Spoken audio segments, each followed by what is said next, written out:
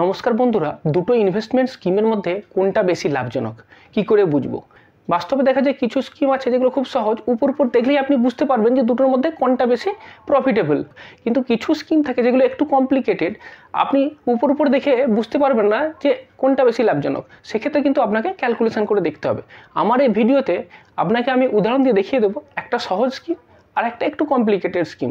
তো আসুন প্রথমেই সহজটা দিয়ে শুরু করা যাক। আমি ফুল স্ক্রিন করে দিলাম যাতে আপনার দেখতে খুব সুবিধে হয়। তো দেখুন দুটো স্কিম। প্রথম স্কিমেতে আপনাকে প্রতি বছর 2000 টাকা ইনভেস্ট করতে হবে। আপনি 5 বছর ধরে ইনভেস্ট করবেন এবং ম্যাচুরিটি ভ্যালু আপনি পাবেন 12,000 টাকা। আর দ্বিতীয় স্কিম আছে সেটাতেও আপনি 5 বছর ইনভেস্ট করছেন এবং প্রতি বছর 2000 টাকা ইনভেস্ট করছেন এবং সেক্ষেত্রে আপনার ম্যাচুরিটি ভ্যালু আসছে 13,000 টাকা। তাহলে এক্ষেত্রে কোনটা লাভজনক? খুবই সহজ, কারণ প্রথম ক্ষেত্রে আপনি 10,000 টাকা ইনভেস্ট করে ম্যাচুরিটি ভ্যালু পাচ্ছেন 12,000 টাকা, আর দ্বিতীয় ক্ষেত্রে আপনি 10,000 টাকা ইনভেস্ট করে পাচ্ছেন 13,000 টাকা। তো সহজে আপনি ক্যালকুলেশন করে নিতে পারছেন। এটা সহজ এই কারণের জন্যই, কারণ এখানে আপনি প্রতি বছর যে প্রিমিয়ামটা দিচ্ছিলেন সেই অ্যামাউন্টটা কিন্তু সমান আছে, অর্থাৎ 2000 টাকা, এবং দুটি ক্ষেত্রে টেনিওর যেটা আছে সেটাও কিন্তু সমান আছে, অর্থাৎ 5 বছর। তো সেই কারণের জন্য কিন্তু আপনার কম্পেয়ার করতে সুবিধে হলো।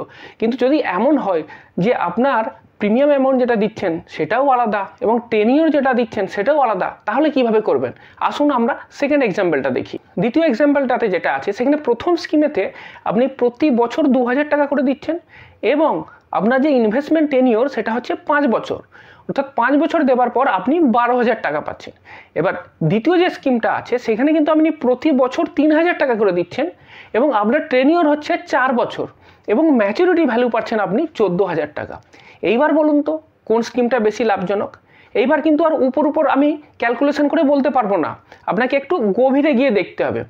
এবং এই সব ক্ষেত্রে আমরা যেটা ক্যালকুলেশন করি সেটা হলো ইন্টারনাল রেট অফ রিটার্ন, সংক্ষেপে বলা হয় IRR। IRR এর সাহায্যে আপনি কিন্তু অ্যাকচুয়ালি দেখতে পারবেন যে দুটো স্কিমের মধ্যে কোন স্কিমটাতে আপনি বেশি রিটার্ন পেয়েছেন। আসুন দেখা যাক। প্রথমে স্কিম নম্বর 1। প্রথম স্কিমটা কি হলো, আমি প্রথম বছর 2000 টাকা দিয়েছি, তো সেটা 2000 টাকা আপনি মাইনাস করলেন। সেকেন্ড ইয়ারও আপনি 2000 টাকা দিয়েছেন, সেটাও মাইনাস হলো। এইভাবে দেখুন আপনি 5 বছর 2000 টাকা করে দিয়েছেন, তো ওটা হলো মাইনাস, এবং ম্যাচুরিটিতে আপনি পেলেন 12,000 টাকা, তো সেটা হলো প্লাস। তো এইবার যদি আপনি এটা এক্সেলে ক্যালকুলেট করেন, এক্সেলে IRR ক্যালকুলেট করা যায়, তো সেক্ষেত্রে দেখুন যে আপনার যেটা IRR ক্যালকুলেশন হয়ে আসছে সেটা আসছে 6.14%।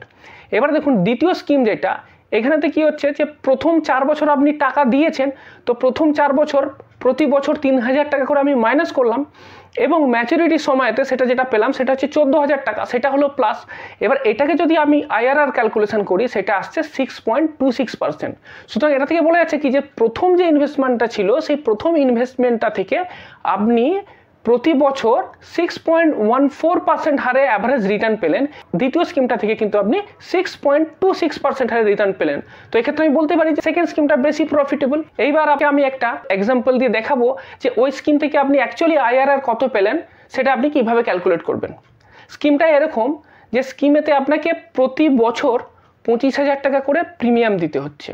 আপনার ইনভেস্টমেন্ট পিরিয়ড হচ্ছে 20 বছর। আপনি চতুর্থ বছর, অষ্টম বছর, 12তম বছর এবং 16তম বছরেতে 40,000 টাকা করে ক্যাশব্যাক পাবেন। আবার 20 বছর পর যখন আপনার ম্যাচুরিটি হয়ে যাবে তখন আপনি পাবেন 6 লাখ টাকা।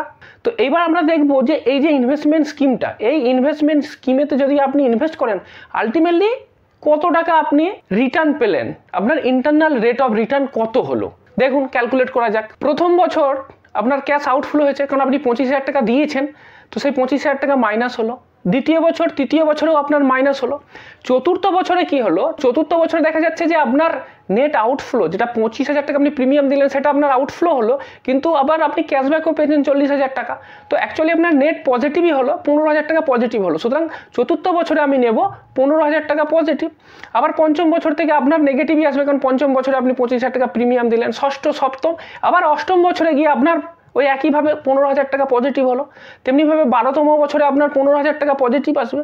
16তম বছরেও আপনার 15,000 টাকা পজিটিভ আসবে। আবার 20তম বছরেতে যখন আপনার ওটা ম্যাচিওর হয়ে গেল সেখানে আপনার আবার যেটা আপনি ম্যাচুরিটি অ্যামাউন্ট পেলেন 6 লাখ, সেটাও আপনার পজিটিভ হলো।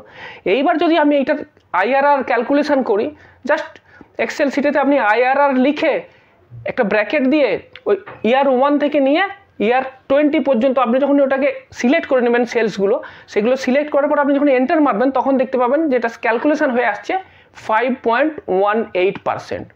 সুতরাং এই যে ইনভেস্টমেন্ট স্কিমটা ছিল, এই ইনভেস্টমেন্ট স্কিমটা থেকে আপনি 5.18% হারে ইন্টারেস্ট পেলেন। এটা হলো মোদ্দা কথা। তো আমার এই সংক্ষিপ্ত ভিডিওতে একটা খুব গুরুত্বপূর্ণ বিষয় নিয়ে আলোচনা করলাম, সেটা হলো IRR।